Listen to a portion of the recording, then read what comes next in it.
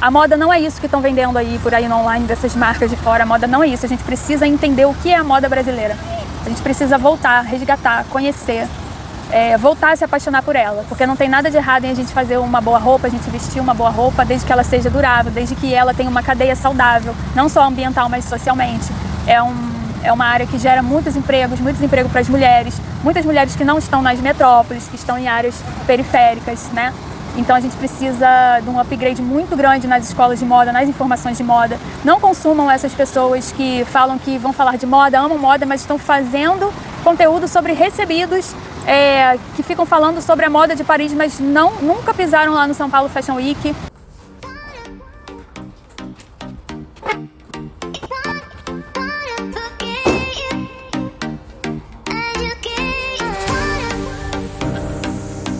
Bora pra praia? A gente fica olhando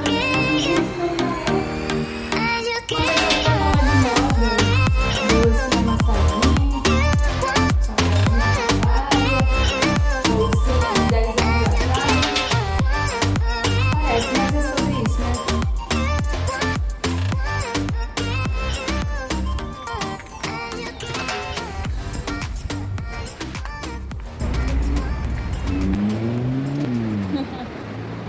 Pô, eu tô chegando e tu tá indo?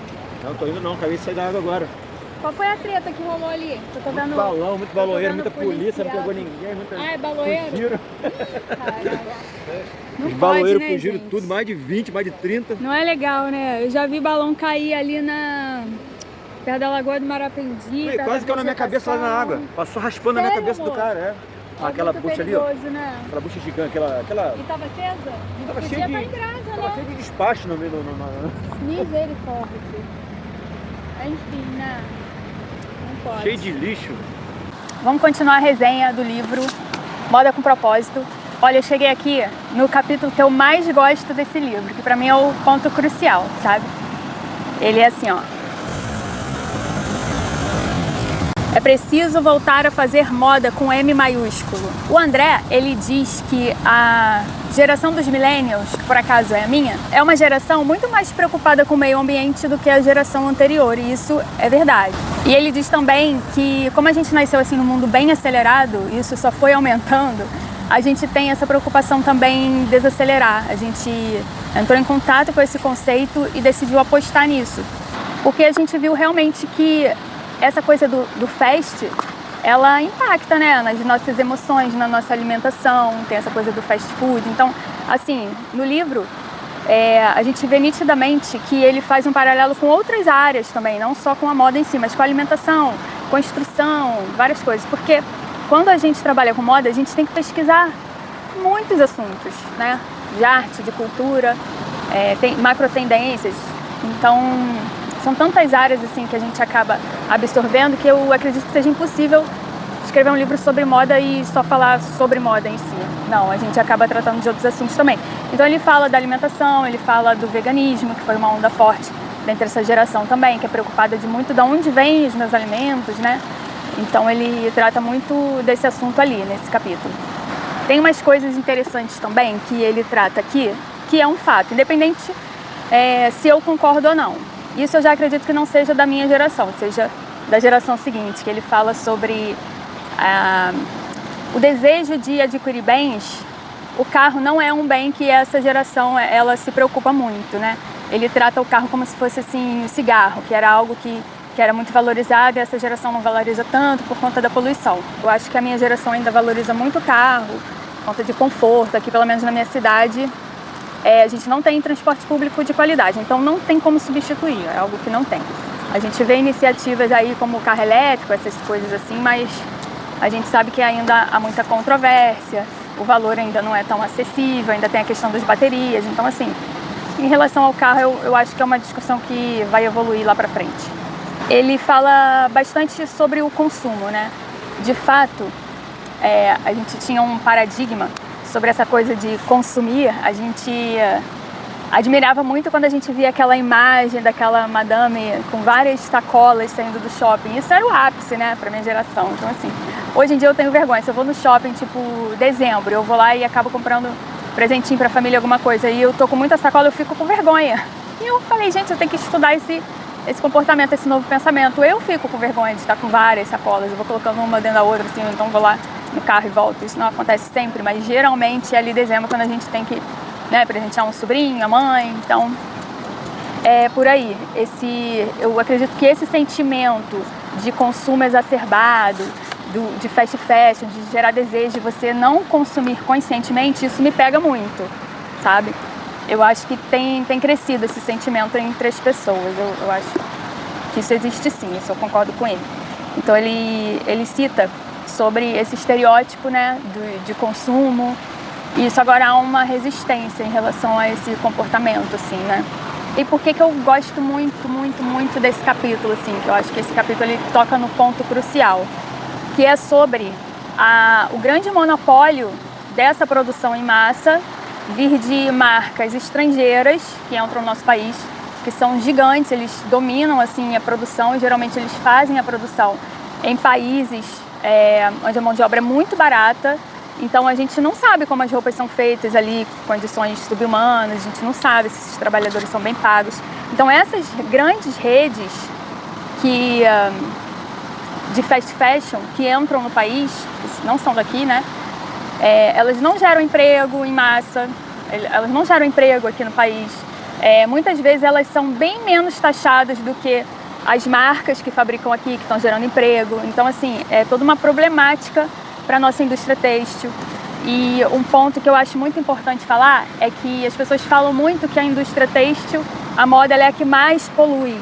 Só que se a gente for pensar, ela é a maior indústria do Brasil, ela também é a que mais emprega, certo? Então, assim, e o tipo de pessoa que a moda emprega são pessoas que encontram seu lugar ao sol com uma profissão, numa área, que não necessariamente ela precisa estar numa grande metrópole, ela não necessariamente precisa ter uma formação acadêmica. Os empregos realmente em massa da moda, que permitem as pessoas gerar renda, são empregos que acolhem mulheres, em sua maioria, mulheres da periferia. Isso, de fato, é uma verdade, é verdade pura, né?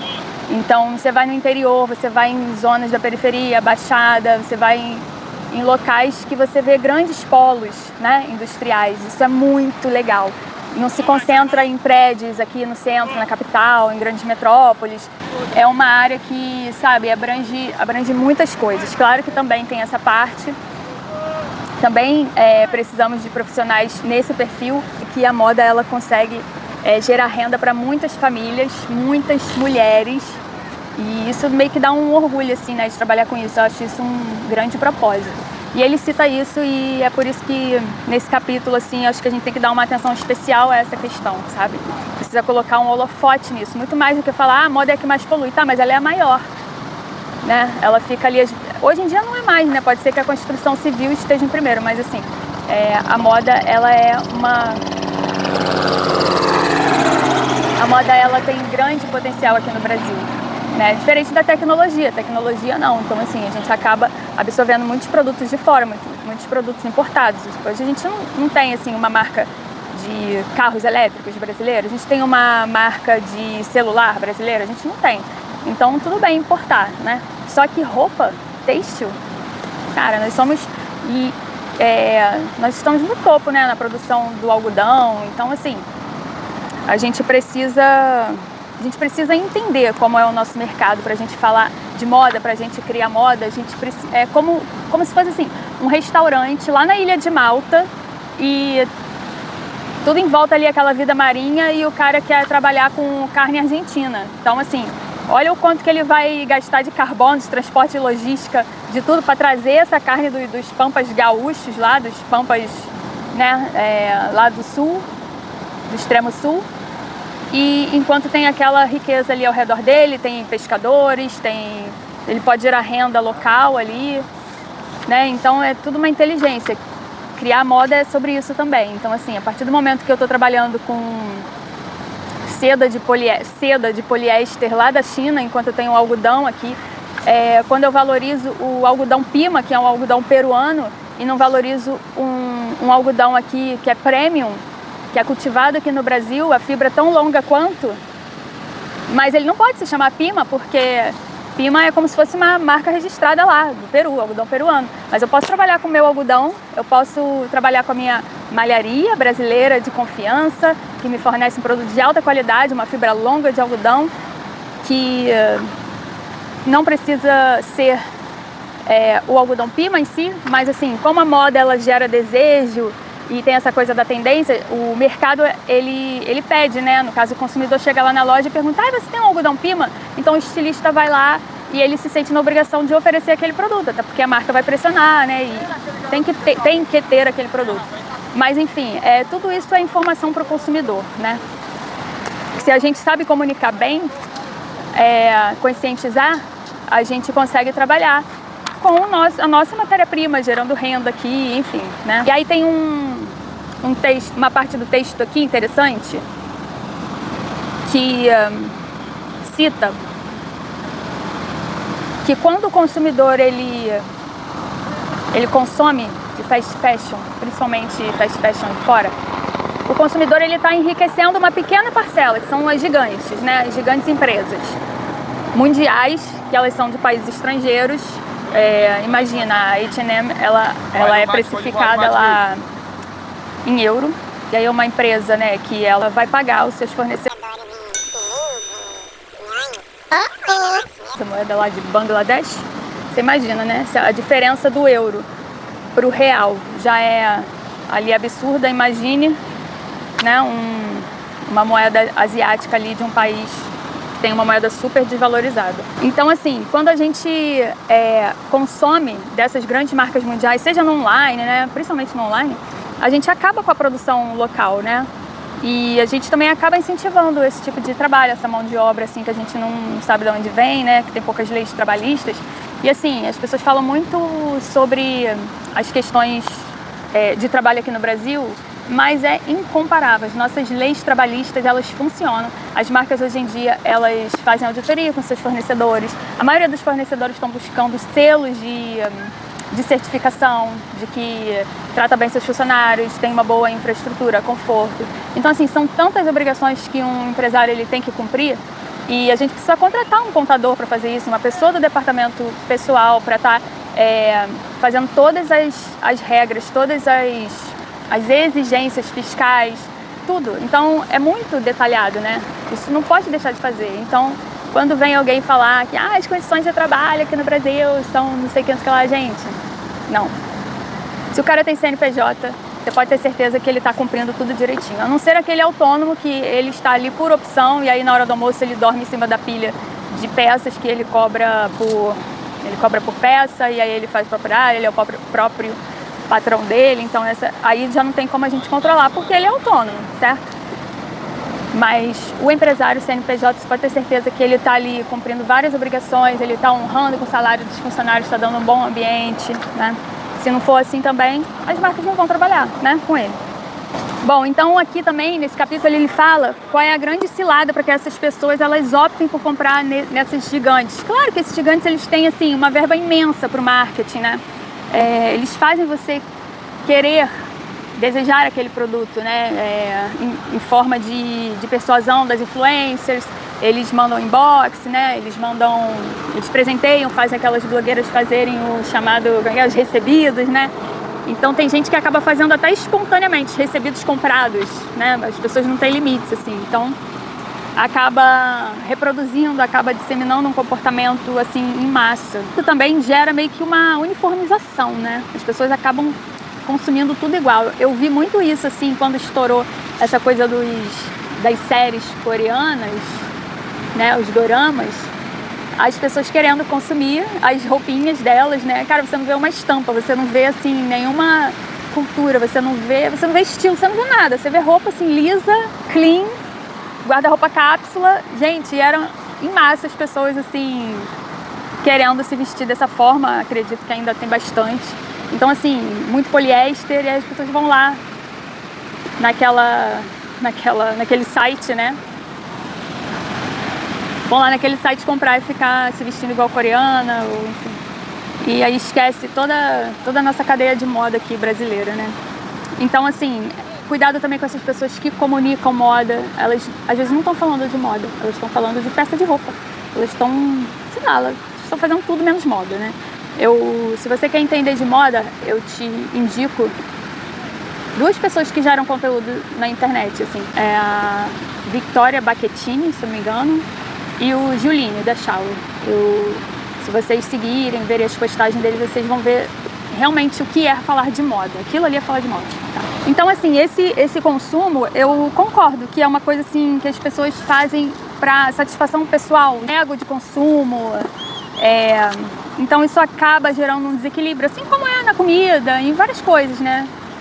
Então, eu acredito que para isso mudar, a gente precisa incentivar os novos criadores, os criadores como antigamente, que a gente aqui nos anos 80 não tinha essa concorrência dessas gigantes de fora, e aí muitos estilistas abriam suas marcas, suas maisons, seus ateliês, conseguiam fazer uma roupa, propor uma roupa e colocar lá, alugar uma fachada, às vezes uma loja de rua Ipanema, ainda se conseguia fazer isso, né? Alugar espaços. Hoje em dia, assim, tá bem difícil. Então, assim, antigamente a gente ainda tinha isso, né? Pessoas que realmente entendiam de moda e criavam as peças, colocavam lá. E a gente pode fazer isso de uma forma slow, né? Criando as coleções, colocando lá. Essa coisa que o marketing faz de gerar aquela urgência, eu sempre achei isso, assim, muito estranho. E muitas marcas faziam isso do tipo assim, no início, né? Post no Instagram assim, corre pra você garantir o seu. Gente, o que corre? Cara, eu não suporto esse negócio de corre. Eu tenho que sair correndo pra comprar uma roupa. Então não existe negócio de corre. Não existe corre. Tipo, você vai comprar uma roupa com prazer, algo que você se identifica, né? Então você não precisa correr, você pode transformar aquilo num prazer, né? Refazer, a gente tem que ressignificar a comunicação de moda, o marketing de moda, porque muitas vezes está tudo certo lá com o estilista que está começando agora, que está criando suas coleções, tem muita gente já com consciência, escolhendo melhor as matérias-primas, tem muita marca começando.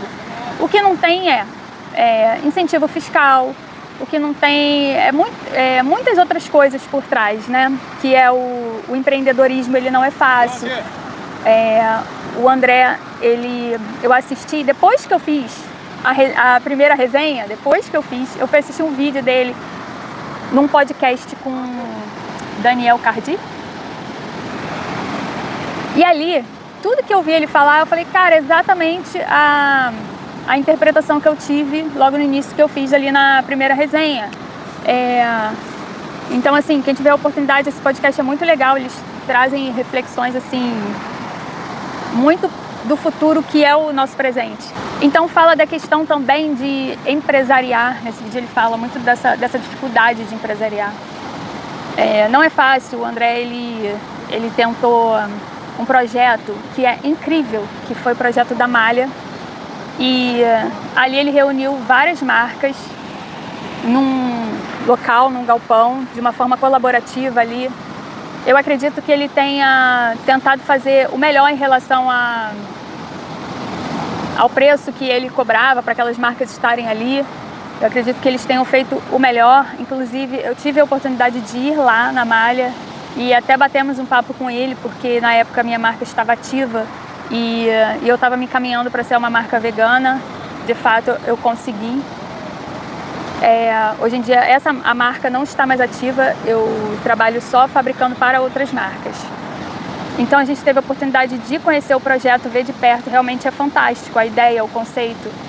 E eu vi que muitas marcas que estavam ali é porque elas acreditavam e estavam achando aquilo tudo muito incrível e maravilhoso, e elas faziam um grande esforço para estar ali, até porque elas sabiam que elas iam ter uma notoriedade natural, aquilo ia gerar uma publicidade natural, porque muitas pessoas iam ali no Novo, né, fazer matéria, enfim, muitas pessoas que geravam conteúdo iam lá. Inclusive grandes marcas como C&A, eles recrutaram assim algumas marcas dali para fazer coleção em collab com eles. Grande era a notoriedade que aquilo ali estava tomando. Só que em termos práticos, na hora de fazer a conta não fecha, porque um custo fixo para quem está começando, ele te impede de continuar, de ter uma saúde no giro do capital, né? Isso eu não vou me aprofundar muito, que isso seria para um outro vídeo. Mas eu senti isso ali, eu senti a vontade das pessoas, mas para empreender é algo muito mais complexo, você realmente tem que atender demanda, então você não pode ficar só no campo das ideias. Então, é isso que eu acho que sempre quando você for abrir um negócio, se você for do campo das ideias, você tem que ter um sócio que seja a outra parte, a parte prática, a parte, né, mais pragmática, aquela pessoa que faz a conta. A escolha do consumidor entre essa marca do fast fashion que gera o desejo e esse estilista de valor, essa marca de valor que produz aqui, a diferença entre eles é que para você gerar desejo, você precisa ter uma verba destinada para isso, porque o consumidor final, muitas vezes ele sem informação nenhuma, ele não vai te escolher, ele não vai escolher pagar um pouco mais, porque na cabeça dele o certo é ele pagar barato num produto ali que seja funcional para ele, pronto, acabou, que ele viu na novela, que ele viu no seriado. Então, assim, para gerar essa nova consciência dá trabalho, sabe? Algumas pessoas já chegaram nesse entendimento, algumas marcas que já passaram essas vivências, elas já estão entendendo. Muitos estilistas que estão se formando ainda na faculdade, muitos estudantes, eles ainda não têm essa consciência. Eu, quando comecei no mercado de moda, o próprio André também, ele falou que quando ele começou, ele comprava várias roupas, ele tinha um guarda-roupa imenso, de não sei quantas portas. Eu já passei por isso também. Quando a gente começa no mercado de trabalho, começa a prosperar, é uma roupa nova para cada final de semana, e a gente trabalha com moda, e a gente quer isso, quer aquilo, quer parecer, quer ser. Então, esse estado de consciência, chega uma hora que muda, a gente passa a questionar muitas coisas, né? Eu acho que ele passou um tempo brilhante como diretor de marketing dessa marca maravilhosa, e foi justamente na época dele que eu acho que a marca mais criou conexão com os consumidores, mais apaixonou. Eu acho ele brilhante em relação a isso. Eu acho que o discurso dele de amor é verdadeiro, ele é uma pessoa que passa isso. Só que a gente também passou por um momento da moda meio depressivo, né? As pessoas falando muito mal da moda, e acho que muita gente passou a questionar também a própria profissão. Só que isso mudou, a gente precisa resgatar, a gente precisa fazer um resgate, sim. A moda não é isso que estão vendendo aí por aí no online dessas marcas de fora, a moda não é isso. A gente precisa entender o que é a moda brasileira. A gente precisa voltar, resgatar, conhecer, voltar a se apaixonar por ela, porque não tem nada de errado em a gente fazer uma boa roupa, a gente vestir uma boa roupa, desde que ela seja durável, desde que ela tenha uma cadeia saudável, não só ambiental, mas socialmente. É uma área que gera muitos empregos para as mulheres, muitas mulheres que não estão nas metrópoles, que estão em áreas periféricas, né? Então a gente precisa de um upgrade muito grande nas escolas de moda, nas informações de moda. Não consumam essas pessoas que falam que vão falar de moda, amam moda, mas estão fazendo conteúdo sobre recebidos, que ficam falando sobre a moda de Paris, mas nunca pisaram lá no São Paulo Fashion Week, ou nunca foram numa feira de moda local para conhecer os estilistas locais. Então valorize as marcas locais, visite, conheça. Tem muitas incubadoras, no Shopping Leblon mesmo tem uma loja da Carandaí, que ela reúne estilistas novos. Ainda tem aquela feira que se chama O Mercado, os novos estilistas. Ela, se eu não me engano, é no Flamengo, depois a gente pode pesquisar melhor sobre isso. Então assim, tem muita coisa legal, bacana, sabe? Muita moda sendo proposta. E outra coisa, não sou nada a favor dessa coisa de o cliente vai dar opinião sobre o produto, eu vou deixar o produto assim e o cliente vai lá no site falar do jeito que ele quer. Aí me lembrou aquela Valkyria Crazy, aquele meme da Valkyria que ela pega uma roupa e fala assim: esse azul é da onde? Mas é azul céu ou azul mar? Eu queria o azul céu estrelado da Noruega. Esse azul aqui é amazônico, eu não quero. Então assim, não tem nada disso. Quem vai propor o produto é o estilista. Foi ele que estudou, é ele que estudou consumo, é ele que estudou comportamento, cultura. Quem tem que propor o produto é o estilista, não é o consumidor. O consumidor ele vai consumir, entendeu? O médico vai curar, o bombeiro vai apagar o fogo, vai salvar. Enfim, entendeu? O estilista ele vai criar a roupa, é ele que sabe fazer isso. Não tem essa onda de que eu vou lá e vou escolher. Gente, não. Parem. Não. Quem tem que realmente criar o produto de moda, o produto têxtil, é o estilista. Simples assim, né? Então é confiar no profissional. E a gente vai parar essa resenha aqui porque eu vou dar um mergulhinho ali, tá? Né, marido? Sabe por quê? Sabe por quê, marido? Eu te pedi pra você trazer o meu pedestalzinho. Meu bracinho você tá cansado, esqueceu, mozão. Então tá, bora mergulhar. Já entrou um ventinho, viu? Eu tô aqui se eu vou cair de volta ou não. Falei, acho que nem vou. É.